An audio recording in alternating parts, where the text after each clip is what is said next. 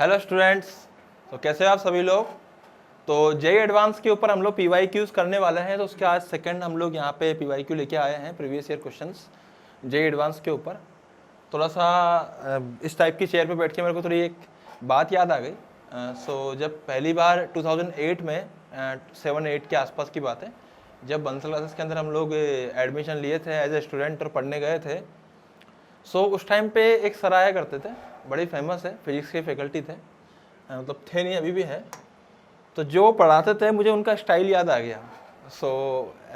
जैसे मान लीजिए वो बोर्ड पे ऐसे बैठे हुए हैं एंड ऐसे पढ़ा रहे हैं, तो वो अपनी उनकी फिक्स चेयर होती थी, कॉर्नर में बैठा करते थे और इस तरह से पढ़ाया करते थे। जेई एडवांस के लिए बहुत फेमस है, बहुत मतलब बहुत ज़बरदस्त टीचर है और हम लोग उनको बहुत मानते भी हैं।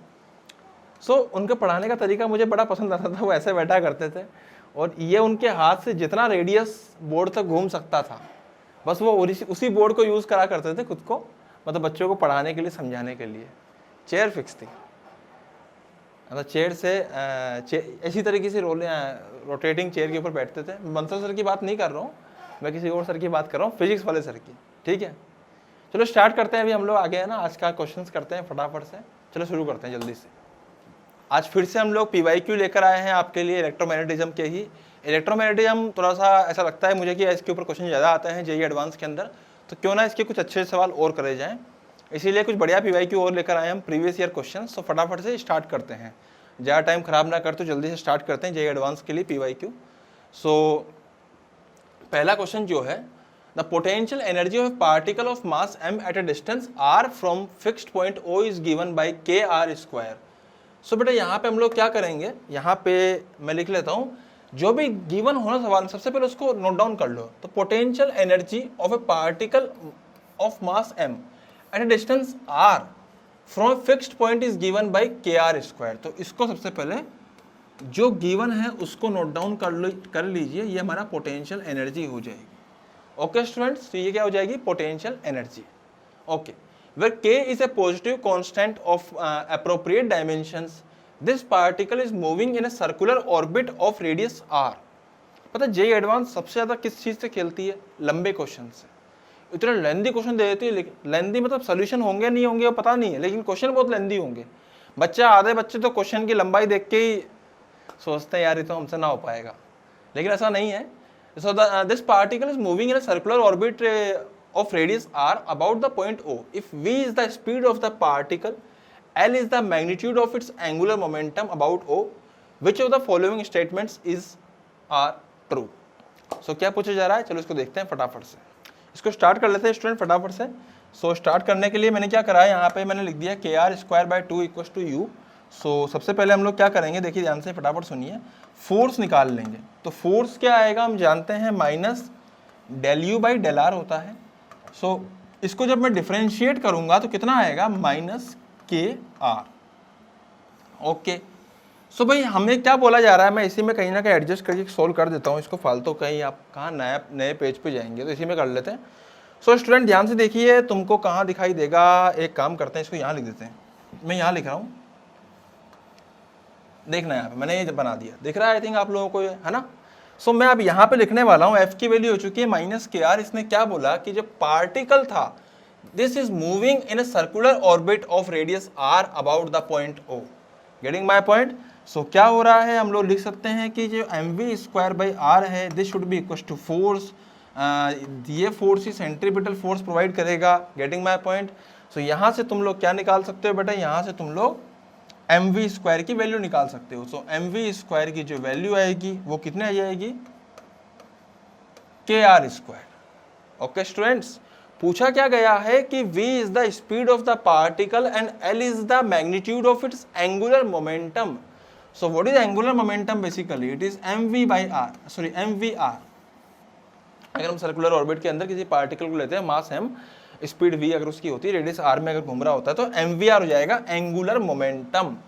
बट मुझे यहाँ पे क्या निकला, mv²। तो इसको r से एक बार एक काम कीजिए, इसको r² से मल्टीप्लाई कर दीजिए। What you will get, mv²r² बराबर m × k × r⁴।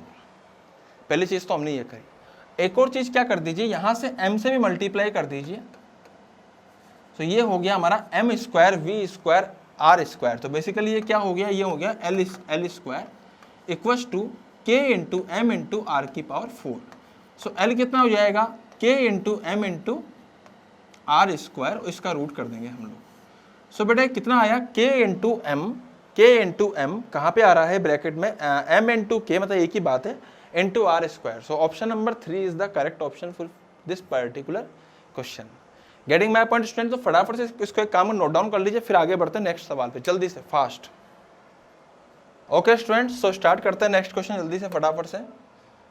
यहाँ से नेक्स्ट क्वेश्चन जो है वो क्या बोल रहा है, in the figure below the switches S1, ये S1 है हमारे पास में, and switches S2 are closed simultaneously, मतलब एकदम से इसको सडनली बंद कर दिया simultaneously t equals to 0 and current starts to flow in the circuit. So obvious बात है, जैसे हम सर्किट क्लोज करेंगे तो करंट फटाफट शुरू हो जाएगा। And both the batteries have the same magnitude of the electromotive force, जो बैटरीज है वो भी सेम EMF वाली है। And the polarities are indicated in the figure. Getting my point student? So I think यहाँ पे एक मिनट में एक चीज चेक कर लूँ। यहाँ पे बेटा इसका जो ये वाला पोटेंशियल हाई है, ये डायग्राम में थोड़ा सा गलत बना हुआ है, ये वाला पोटेंशियल हाई है, ये वाला पोटेंशियल लो है। ओके स्टूडेंट्स, सो ये वाला पोटेंशियल इसका हाई है, इसका ये वाला पोटेंशियल हाई है। 1 सेकंड में दोबारा चेक कर लेता हूँ, हाँ बिल्कुल सही है। सो यहाँ पे हम लोगों को बोला गया ignore mutual inductance between the inductors, तो ऑब्वियसली हम लोग यहाँ म्यूचुअल इंडक्टेंस जो है उसको इग्नोर मारना है। The current I in the middle wire reaches its maximum magnitude I maximum at t equals to tau. So which of the statements is are correct? हम लोगों को क्या निकालना है, बेसिकली हम लोगों को टाउ निकालना है। चलो फटाफट से एक काम करते हैं, यहाँ पे तो ज़्यादा जगह नहीं है तो इसको एक काम करते हैं नेक्स्ट पेज पे करते हैं। सो स्टूडेंट नेक्स्ट पेज पे हम लोग फटाफट से निकालते हैं, चलो जल्दी। तो फटाफट से बेटा डायग्राम बना लेता हूँ मैं, ताकि ज़रा यहाँ पे हमें टाइम नहीं देना पड़े। ऐसा रेजिस्टेंस था, एक इंडक्टर था, बहुत ही अंदर डायग्राम बन रहा है सर।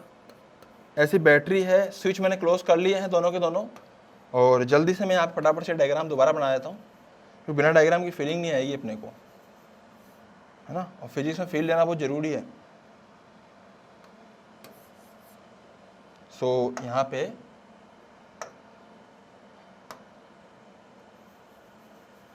इस तरह से मैंने ले लिया है इसको, ये ले लिया, ये बैटरी V है, ये बैटरी V है, ये हमारे पास में R है, L है, ये R है, ये 12 है। Getting my point students? So इसको फटाफट से बना दिया जल्दी से। हम मान लेते हैं कि इधर करंट है, इस तरफ जो करंट बह रहा है इसके अंदर उसको मान लीजिए I1, और ऐसे क्या जाएगा I2। ओके स्टूडेंट, सो इसमें I1 जा रहा होगा इस वाले पार्ट के अंदर, अब यहाँ पे I2 जा रहा होगा, तो इसमें कितना आएगा, इसमें आएगा I1 माइनस I2। आई मेरी बात समझ में? सबसे पहले I1 माइनस I2 निकाल के देखते हैं। तो जो I1 माइनस I2 होगा उसी को हम लोग डेल्टा I भी बोल लेते हैं। तो बेटा डेल्टा I की वैल्यू कितनी आएगी, तो चलो चेक करते हैं इसको जल्दी से। अगर मैं यहाँ पे I की बात कर रहा हूँ, I1 की बात कर रहा हूँ, तो I1 कितना आता है, I1 आता है, देखो किसी भी LR सर्किट के अंदर जो करंट आता है वो आता है I0 1 माइनस e की पावर RT बाई L, वही माइनस में। Getting my point students? तो 1 माइनस e की power minus RT by L। So I कितना हो जाएगा, I की वैल्यू हमें निकालनी है। I0 क्या होता है, V by R, 1 minus e की power minus RT by L। सो इसी की वैल्यू को यहाँ पुट करना है बेटा। यहाँ पे कितना हो जाएगा I1 की वैल्यू, तो I1 की वैल्यू जाएगी V by R 1 minus e की power minus RT by L। Similarly I2 कितना हो जाएगा, V by R 1 minus e की power minus RT by 2L। Okay students, so इसी को हम अब जल्दी से आगे बढ़ते हैं, इसको लेकर हम फटाफट से हट जाओ। हाँ, इसको सोल्व करते हैं। इसको सोल्व करा, V बाई आर और V by R cancel out each other. So बचेगा क्या, इधर आएगा V बाई आर, तो मैं लिख रहा हूँ डायरेक्टली यहाँ पे बेटा, ये माइनस माइनस प्लस हो जाएगा, तो हमें लिखना है V बाई आर, इसको लिख दो e की power minus RT by 2L minus e की power minus RT by L। Okay students, so ये बेसिकली हमारा क्या आ गया, ये बेसिकली हमारा आ चुका है डेल्टा I। अब हमने डेल्टा आई तो निकाल लिया है, डेल्टा आई तक निकाल लीजिए आप फटाफट से, फिर आगे बढ़ते हैं इसके अंदर। सो डेल्टा आई तक तो आप लोग लिख लीजिए बेटा इसको जल्दी से। तो ये हमने डेल्टा आई निकाल लिया, वी बाई आर ई की power minus R T by 12 minus ई की power minus R T by L, ठीक है। सो अब हमें करना क्या है यहाँ पे, अब हमें इसको करना है डिफरेंशिएट, भाई मैक्सिमम वैल्यू निकालनी है। To get the value of maximum, अगर मुझे इस डेल्टा आई का मतलब क्या है, डेल्टा आई मतलब इस वाले में कितना करंट बह रहा है, getting my point. So delta आई का मतलब ये नहीं कि डिफरेंस इन द करंट, इसका मतलब ये है कि इस वाले में कितना करंट जा रहा है, उसको मैंने डेल्टा आई से ही डिनोट किया है। तो मुझे बेसिकली डेल्टा आई को मैक्सिमाइज करना है। So to maximise delta I what I have to do is just differentiate the current with respect to time T. So if we differentiate the current with respect to time T तो कितना मिलेगा हम लोगों को, यहाँ पे differentiate कर दीजिए इसको, तो वी बाई आर तो एज इट इज बाहर रह जाएगा, ठीक है बेटा। अब e की power minus R T by 12 इसको डिफरेंशिएट करते हैं फटाफट से, तो क्या आएगा आंसर यहाँ पे माइनस आर टी बाई 12, और जो लिखा हुआ है उसको एज इट इज हम लोग बाहर ले लेंगे, तो यहाँ कितना हो जाएगा माइनस आर बाई 12। सिमिलरली इसमें माइनस ले लीजिए बेटा, यहाँ पे फिर से कितना आएगा, सेम चीज आएगी e की power are T by L minus में, और यहाँ पे r बाई एल आ जाएगा माइनस में बाहर, तो प्लस बन जाएगा, गेटिंग माई पॉइंट। सो इस तरह का कुछ हुआ यहाँ पे। अब इसको हम लोग और आगे सोल्व करते हैं तो कितना आएगा यहाँ पे v बाय, ये बन जाएगा l कॉमन ले लीजिए, तो यहाँ पे r जब कॉमन ले लूंगा और ये r से r कैंसिल आउट हो जाएगा। सो v बाई एल, यहाँ पे मैं क्या लिखूंगा बेटा, माइनस e की power minus R T by 12, और नीचे रह जाएगा 2 प्लस यहाँ पे हो जाएगा e की power minus R T by L. Okay, getting my point. So हम लोगों ने ये चीज़ लिख दी है यहाँ पे इस तरीके से, ये हमारा क्या आ चुका है, डिफरेंशिएशन ये करा हम लोगों। अगर हमें मैक्सिमाइज करना है तो we have to put this value equal to 0। So just put the value equal to 0 here. यार यहाँ जगह की बड़ी दिक्कत आ रही है, मैं काम करता हूँ, क्या करूँ, चलो ठीक है जो भी है, अभी मैं यहीं पे लिख रहा हूँ, ठीक है, इस जगह को मैं यूटिलाइज करके लिख रहा हूँ जितना भी लिख सकते हैं हम लोग। सो हमने इसको 0 के बराबर कर दिया, इसको 0 के बराबर करने से हमें क्या मिलेगा, यहाँ पे हम लिख देंगे e by 2 sorry 1 by 2 e की power minus R T by 12, this should be equal to e की power minus R T by L. Okay students, तो हम लोगों ने इसको ऐसे लिख दिया है। अब मैं इसको क्या करूँगा, यार यहाँ जगह की बहुत दिक्कत है, तो मैं एक काम, इसको नोट डाउन कर लीजिए, मैं कुछ मिटा देता हूँ, पहले इसको नोट डाउन कर लीजिए जल्दी से, फास्ट जल्दी। हाँ बेटा, सो इसको मैं अब मिटा रहा हूँ, यार 1 मिनट। हाँ, तो यहाँ तक हम लोग आ चुके हैं। अब मैं इसको बढ़िया यहाँ पे लिखता हूँ, इसको e की power minus R T by 12। सो इसको आप लोग क्या लिख सकते हो, 1 बाई 2, ये वाला हिस्सा इससे कैंसिल आउट हो जाएगा, और कितना बचेगा, 1 by 2 will be equal to e की power minus R T by 12, ये रह जाएगा। दोनों तरफ लॉग ले लीजिए, ln ले लीजिए, तो ln कितना आ जाएगा, ln यहाँ पे हो जाएगा ln 2 माइनस बाहर आ जाएगा, यहाँ पे हो जाएगा माइनस आर टी बाई 12, और यहाँ बन जाएगा ln e। सो उसकी वैल्यू बन जाएगी v, सॉरी 1। आई मेरी बात समझ में? तो अब कितना बचेगा यहाँ पे, माइनस से माइनस भी कैंसिल आउट कर दीजिए, और तुम लोग क्या कर सकते हो इसके बाद तुम लिख सकते हो कि यहाँ से जो t की वैल्यू आएगी वो आएगी 2l by are into ln2। चलो चेक करते हैं t की वैल्यू क्या दे रखी है, ऑप्शन में ऐसा कोई ऑप्शन है क्या, यहाँ पे आ रहा है 2l by R ln2। Option number 4 is correct, option number 4 is correct, getting my point students. उसके बाद हम लोगों को अभी एक और पॉइंट यहाँ पे निकालना है, तो वो कौन सा हो जाएगा, ऑप्शन नंबर डी सही हो गया। ए और बी में चेक करते हैं मैक्सिमम करंट है कितना।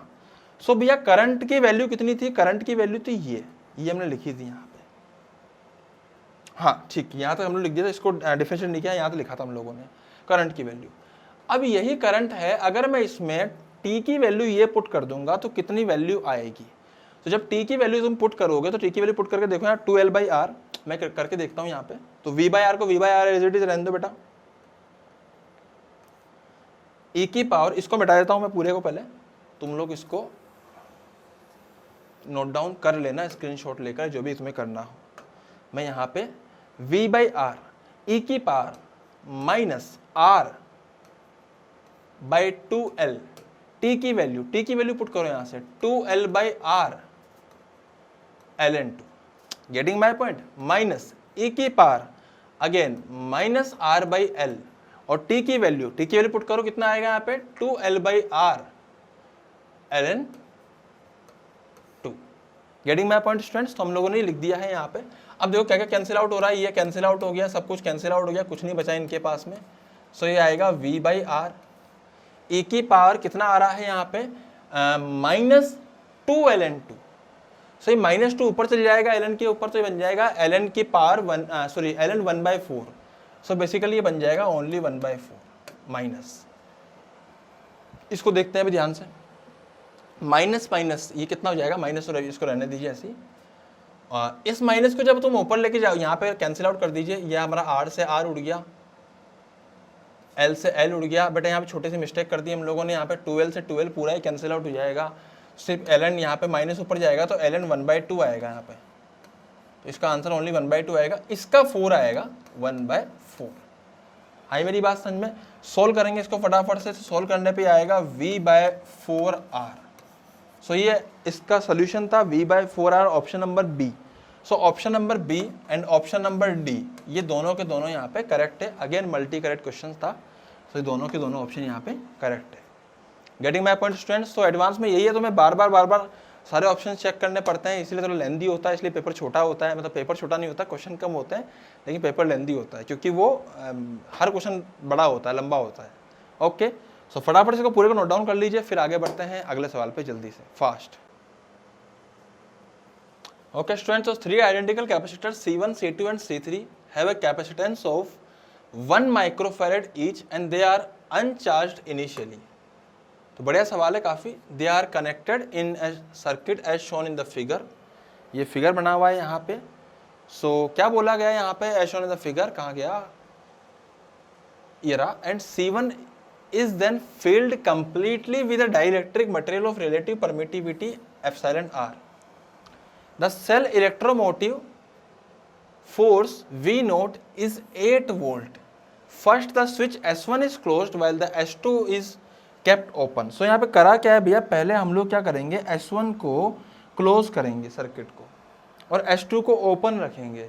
सो उस कंडीशन में देखो बेटा, अगर S1 को हमने अगर क्लोज करा, मान लीजिए इसको अगर हमने ओपन रखा है और इसको अगर हमने क्लोज कर दिया है, तो क्या बस सर्किट चालू हो जाएगा। अब इसमें कितना वोल्टेज था, इसमें 8 वोल्टेज था, इसमें कितना था भैया, इसमें 1 माइक्रोफैरेड था। Getting my point students? So यहाँ पर मैं क्या बोलूँगा, अगर यहाँ पे 1 माइक्रोफैरेड है, यहाँ पे 8 वोल्ट है, तो चार्ज कितना आ जाएगा साहब, यहाँ पे जो चार्ज आ जाएगा वो आ जाएगा 8 माइक्रोकुलाम, यहाँ पे जाएगा -8 माइक्रोकुलाम। ये वो कंडीशन है जब हम लोगों ने इसको ओपन रखा है सर्किट, इसका कोई रोल नहीं है सर्किट का भी। हाई मेरी बात समझ में? इसको ओपन रखा है। अब क्या बोला गया है, when the capacitor C3 is fully charge, जब ये फुल्ली चार्ज हो जाएगा तो S1 is opened and S2 is close simultaneously. So इसको हम लोग ओपन कर देंगे, इसको क्लोज कर देंगे, मतलब अब इसका कोई रोल नहीं बचेगा, अब सिर्फ इसका रोल बचेगा सर्किट के अंदर। When all the capacitors reach equilibrium then charge on C3 is found to be 5 microcoulomb. तो 5 माइक्रोकुलाम हम लोगों को यहाँ पे निकालना, the value of epsilon r is. So basically हमें करना क्या है बेटा, यहाँ पे हमें यहाँ पे ये समझ में आया कि the charge on C3 is found to be 5 microcoulomb बाद में। तो एक काम करते हैं, सबसे पहले तो यहाँ पे हम लोग बेटा, यहाँ पे हम लोग क्या करते हैं, इसको सोल्व करते हैं इस तरीके से। मान लीजिए कि हमने यहाँ पर 1 सेकेंड, मान लीजिए कि हमने ये कैपेसिटर लिया, ये दूसरा कैपेसिटर है, ये हमारे पास में तीसरा कैपेसिटर है C3, ठीक है। C3 यहाँ पे गिवन है बेटा हम लोगों को। C1 जो है, C1 के अंदर हम लोगों ने यहाँ पे डाइलेक्ट्रिक मटेरियल भरा हुआ है, कोई दिक्कत नहीं है। 1 सेकेंड, ये हमारे पास में हो गया C1, C2 and C3। C3 में क्या है, डाइलेक्ट्रिक मटेरियल भरा हुआ है, सॉरी C1 में डाइलेक्ट्रिक मटेरियल भरा हुआ है, C3 में क्या हो रहा है, चार्ज हो रखा है। इनिशियली कितना चार्ज था यहाँ पे 8 माइक्रोकुलाम चार्ज था, यहाँ पे -8 माइक्रोकुलाम चार्ज था। Getting my point? बाद में कितना हो जाएगा, बाद में कुछ देर के बाद, मतलब कुछ देर बाद नहीं, मतलब जैसे ही वो होगा सडनली इसका चार्ज कितना हो जाएगा, इसको दोबारा बना देता हूँ बेटा मैं यहाँ पे। मेरी बात ध्यान समझिएगा, मैंने क्या करा है यहाँ पे, इसमें मटेरियल भर दिया है, this is what, this is C1, this is what, this is C2 and this is what, this is C3। Getting my point. So यहाँ पे जो चार्ज बाद में हो जाएगा वो 5 माइक्रोकुलम और -5 माइक्रोकुलम हो गया है। सो इसका मतलब इसके अक्रॉस पोटेंशियल डिफरेंस कितना हो जाएगा, V across C3 will be equal to 5 microcoulomb which is charge divided by 1 microfarad which is what, which is capacitance. तो कितना आएगा ये, 5 वोल्ट आएगा। तो यहां से मुझे V की वैल्यू मिल जाएगी अक्रॉस C3 इज 5 वोल्ट। इसका मतलब इन दोनों के अक्रॉस भी 5 वोल्ट होनी चाहिए, सही बात है यार। तो चलो चेक करते हैं इसको। तो 5 volt should be equal to, या ऐसे मैं इसको V नहीं लिखता हूँ यहाँ पे, मैं सिर्फ यहाँ पे 5 लिख देता हूँ। This 5 should be equal to, इसमें कितना चार्ज होगा, अगर यहाँ पे 5 है ना, देखो मेरी बात ध्यान समझिएगा, तो यहाँ पे क्या हो जाएगा, Q minus Q, Q minus Q। So बेटा बेसिकली ये हो जाएगा Q by epsilon R into C plus Q by C। Okay, Q by epsilon R into C, Q by C only. Okay students, so यहाँ पे हम लोग क्या बोला गया कि जो C है उसकी वैल्यू 1 है, तो इसको आप डायरेक्ट लिख सकते हो कि 5 will be equal to Q by epsilon R plus Q। This is the first equation. Okay students, तो ये हमारी एक इक्वेशन आ गई है कि हम लोग इस तरीके से लिख सकते हैं। सर आपने ये क्या करा, 5 वोल्ट था भाई, अब इसके अक्रॉस कितना पोटेंशियल डिफरेंस आएगा, इसके अक्रॉस आएगा चार्ज अपॉन C, C कितना है एप्सिलॉन R C, इसका कितना है चार्ज अपॉन C, C कितना है इसका C है सिंपल सा, और C की वैल्यू दोनों जगह 1 है, तो 1 पुट कर दीजिए, तो हम लोगों को यहाँ पे इस तरह से ये चीज़ मिल जाएगी। मतलब यहाँ पे हम लोग इस प्रकार से निकाल सकते हैं। आगे क्या बोला गया सवाल के अंदर, उसने बोला है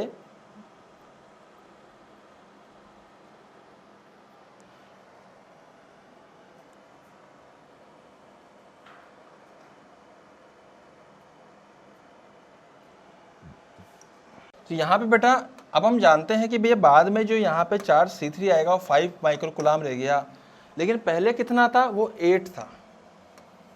हम इसको ऐसे भी लिख सकते हैं कि यहाँ पे एक्चुअली 8 माइनस Q हो जाएगा, यहाँ हो जाएगा माइनस ऑफ 8 माइनस Q। ठीक है, तो 8 माइनस Q यहाँ माइनस ऑफ 8 माइनस Q, ये Q minus Q, Q minus Q। Getting my point students. So what I can write is, हम जानते हैं कि जो 8 माइनस Q है वो हमारे पास अब 5 रह गया है, तो Q कितना आया 3। मैं आपको सिंपल तरीके से बता रहा हूँ यहाँ पे, तो 3 की वैल्यू पुट कर दीजिए, तो 5 will be equal to 3 by epsilon R plus 3। Solve करने पे कितना आ रहा है, ये सोल्व करने पे आ रहा है 2 is equal to 3 by epsilon R, और यहाँ से एप्सिलॉन R जो आ रहा है वो आ रहा है 1.5। So this is the answer for this particular question. So 1.5 is the answer for this question students. So इसको आप लोग फटाफट से नोट डाउन कर लीजिए। हाँ जी, सो अगले सवाल में देखते हैं स्टूडेंट फटाफट से।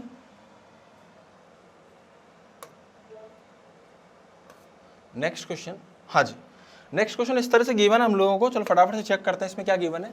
इन the XY plane the region y is greater than 0 has a uniform magnetic field B1 K cap. मतलब यहाँ पे जो मैग्नेटिक फील्ड थी वो B1 K कैप थी, and the region y is less than 0, मतलब यहाँ हम लोग नीचे की बात करते हैं।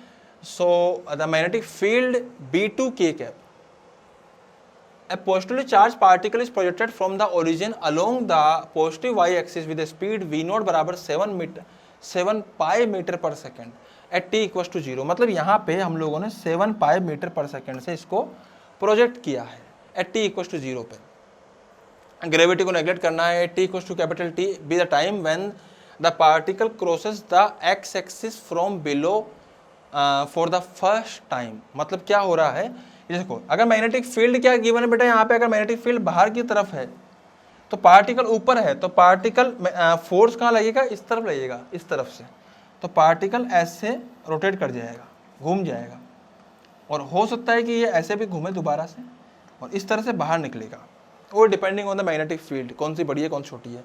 ठीक है, पर हम लोगों को बोला गया कि जो B2 है वो 4 टाइम्स ऑफ B1 है, मतलब B2 बड़ी है। ओके स्टूडेंट्स, सो यहाँ पे क्या बोला गया है, यहाँ पे पूछा गया था average speed of the particle in metre per second, so we have to find the average speed.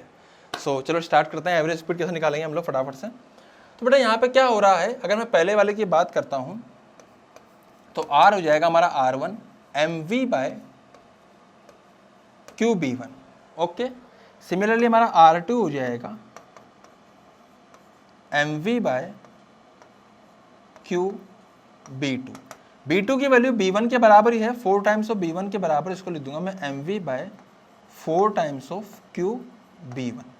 सो बेटा ये हो चुका है R1, ये हो चुका है हमारा R2, ठीक है। ये R1 हो गया, ये R2 हो गया। पूछा क्या गया है कि the average speed of the particle, average speed की अगर बात करें हम लोग, सो भैया स्पीड क्या होती है, डिस्टेंस अपॉन टाइम।